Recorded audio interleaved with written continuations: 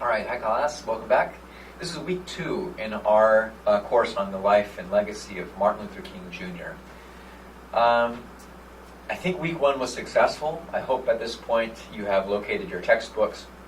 If you've ordered them online, that you've received them, and that you are prepared to begin making serious headway in reading, especially this first text, 1968.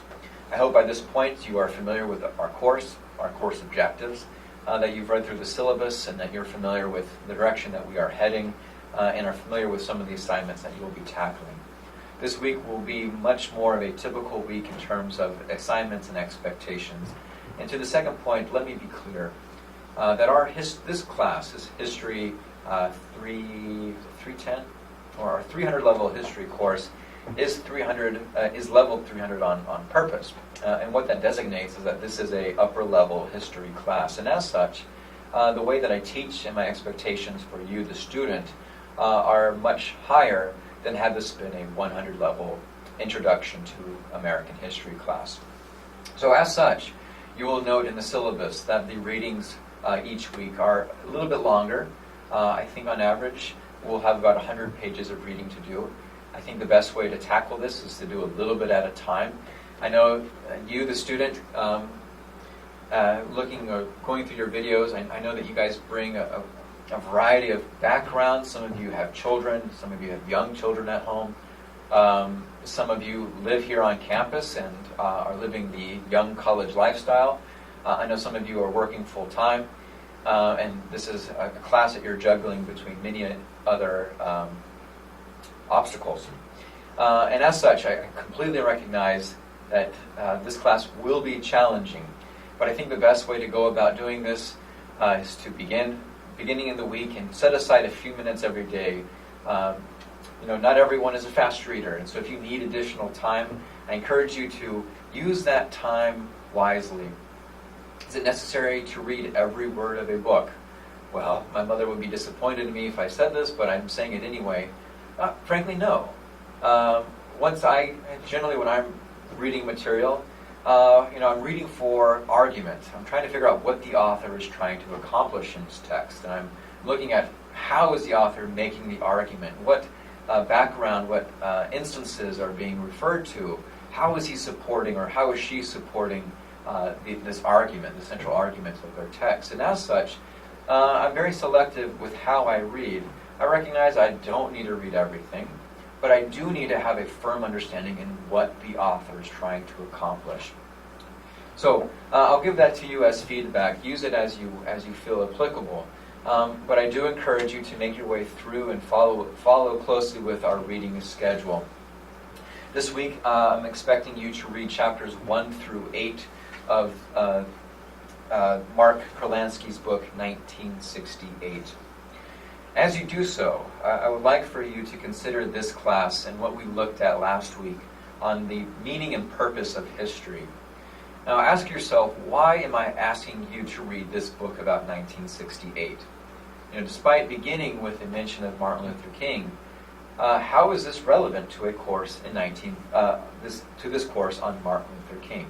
Now I believe it is completely relevant, and I certainly have my arguments to justify why I'm assigning this book prior to the Martin Luther King autobiography. But ask that for yourself. What is this author trying to accomplish in this text? What is that argument? And then why do you think that me, the professor, am assigning this text to you? What do I hope for you to get out of it? How is this providing you with that fundamental background, that insights into an era that you may not be familiar with, in order to discuss the life and legacy of Martin Luther King? So consider those questions as you go about your reading. Be critical, be analytical. Do you see faults with the way the author is constructing his argument? And if so, what are those faults? And how would you recommend the author go about it differently? This week we are also beginning our first use of a discussion board. This will be common going forward. Often they will be written, but occasionally, like we did last week, we will use technology like VoiceThread or Blackboard Collaborate, and be able to spice things up with technology. This week, though, it is a written discussion board.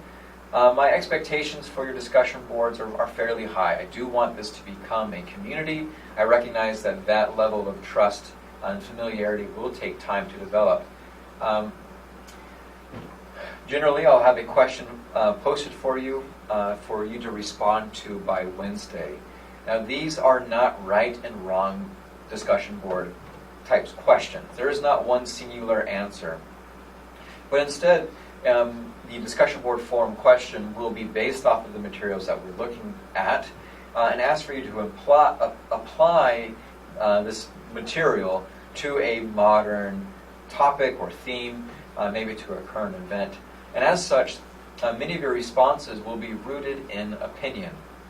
Now, today, opinion have taken on a life of their own, and many people argue that everyone's opinions matter, and I would say that they do.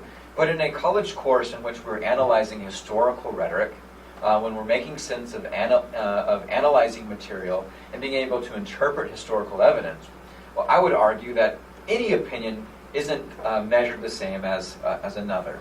That a valuable opinion is one that is rooted in historical evidence. So that you have an opinion is great. We all have them. But what I want you to do with these is support your opinion with historical facts, with evidence, with documentation, right? And your job here is to be persuasive in your opinion.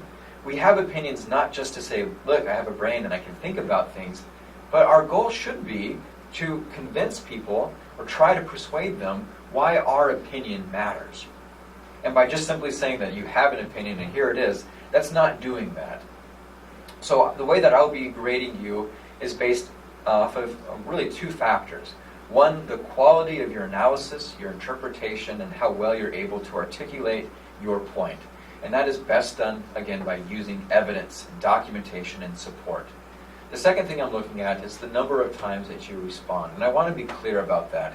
I set an expectation for each of you to respond initially by yourself to the question, and then to respond to two of your classmates' responses. Let me be clear again about what I'm looking for there. I do expect a minimum of 2 responses, but what I do not want is comments like, "Wait, great job, this is so well written. I love your use of alliteration here."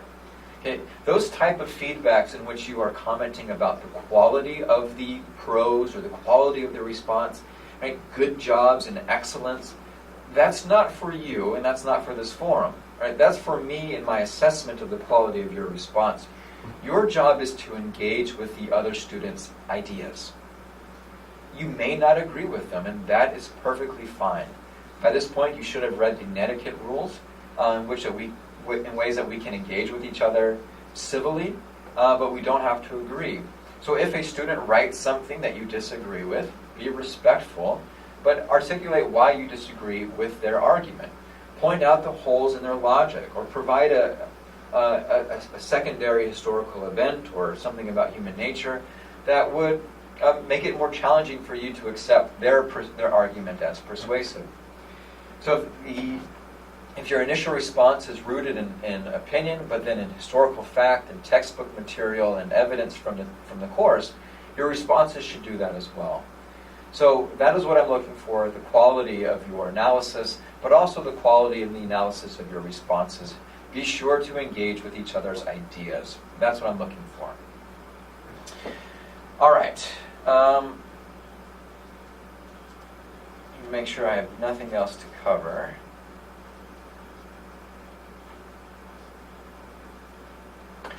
All right.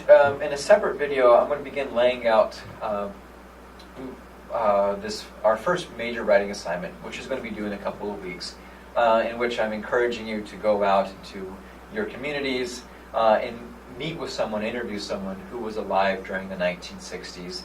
I'm expecting you to write some questions that you will ask that person, to write them and to transcribe their responses, and you will be submitting that as a report later in this term. So look for a second video from me in which I articulate why we are doing this project and what skills I hope you get from it. For the time being, I'm going to end this here, just shy of 10 minutes. All right. If you have any questions, please, class, make use of me. My email address again is grantellsworth@centralpenn.edu.